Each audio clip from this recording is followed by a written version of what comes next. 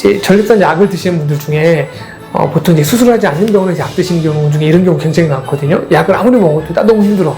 그런데 원장님한테 물어보면 전립선 비대증 없습니다, 이런 얘기 들으신 분들이 있거든요. 그런 분들이 거의 대부분이 이 방광경부가 문제가 돼서 그런 경우가 많고, 이런 분들에게 굉장히 효과적일 것 같아서 아마 예전에는 잘 치료받았지 못했던 분들도 이제는 그런 간단한 시술로서 치료받을 수 있는 길이 열렸기 때문에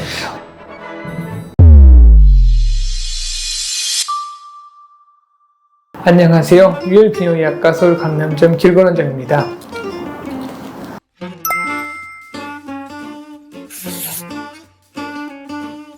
전립선 비대증을 치료하는 게 수술도 있지만 시술 종류 여러 가지가 있죠.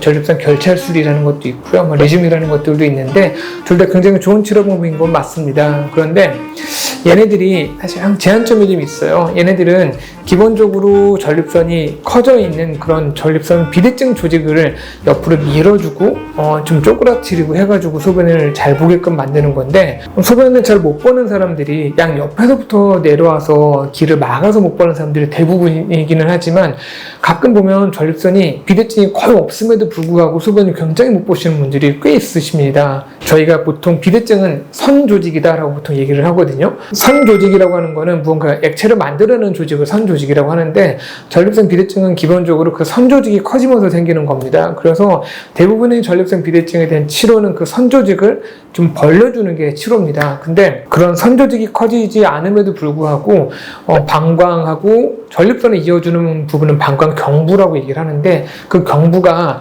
좁아지거나 또는 경부가 이렇게 턱이지면서 소변을 보지 못하시는 분들이 있습니다. 원래는 방광경부가 높은 사람들에 대한 치료는 저희가 마취를 하고 나서 전기칼로 그 높아진 턱을 깊게 갈라줘가지고 길을 벌려줘가지고 소변을 잘 보게끔 하는 치료를 했었어요. 그런데 이 TYP가 아무래도 효과는 괜찮을 수는 있긴 하지만 마취 같은 것들이 필요하다 보니까 그런 젊은 사람들에게 행해지는 게 조금 애매했을 수 있어요. 그래서 이 아이틴들은 사실 그런 부분에 대해서 굉장히 효과적일 수 있습니다. 다시 얘기하면 전립선이 내가 심하지 않은데 소변을 잘 못 보고 증상이 굉장히 심하다, 이런 분들은 보통 방광경부의 문제이기 때문에 그런 경우에 아이틴들을 쓰게 되면 이 아이틴드가 3개의 그런 니티놀이라고 하는 그런 와이어가 배치되어 있습니다. 그러면 니티놀이라고 하는 와이어가 방광경부와 전립선 사이를 이어주는데 3군데를 깊게 절개를 가하는 형태가 되게 됩니다. 그러면 이 3개를 절개를 가하게 되면 길이 그걸로 인해서 쫙 벌어지게 되고 그것들을 보통 5일에서 7일 정도를 유지를 하게 되면 그 절개가 좀 약간 깊어지는 효과가 좀 되게 되거든요. 그러면 정말 내가 마취를 하고 피를 나면서 절개하는 것 뿐만이 아니고 그걸 유치하는 것만으로 인해서도 물론 일주일 뒤에 다시 뺍니다. 그것만으로도 충분히 길이 확보가 돼서 수술을 한 것과 많이 차이가 나지 않는 그런 비슷한 효과를 낼 수 있기 때문에 굉장히 좋은 치료 방법이라고 생각을 합니다. 전립선 약을 드시는 분들 중에 보통 이제 수술하지 않는 병원에서 약 드시는 경우 중에 이런 경우 굉장히 많거든요. 약을 아무리 먹어도 나 너무 힘들어.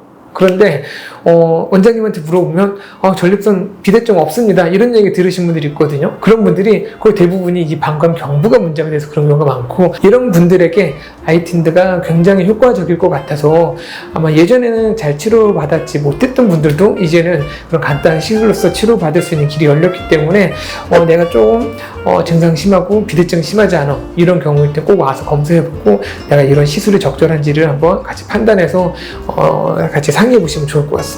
아이틴드는 이번에 이제 국내에서 이제 출시가 되게 되는데요.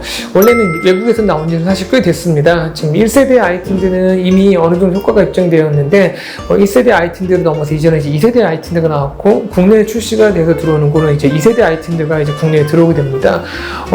지금 외국에 나온 논문들 보면 그런 결찰술이라든가 또는 리즘 거의 그거에 동등한 효과를 좀 보기 때문에요.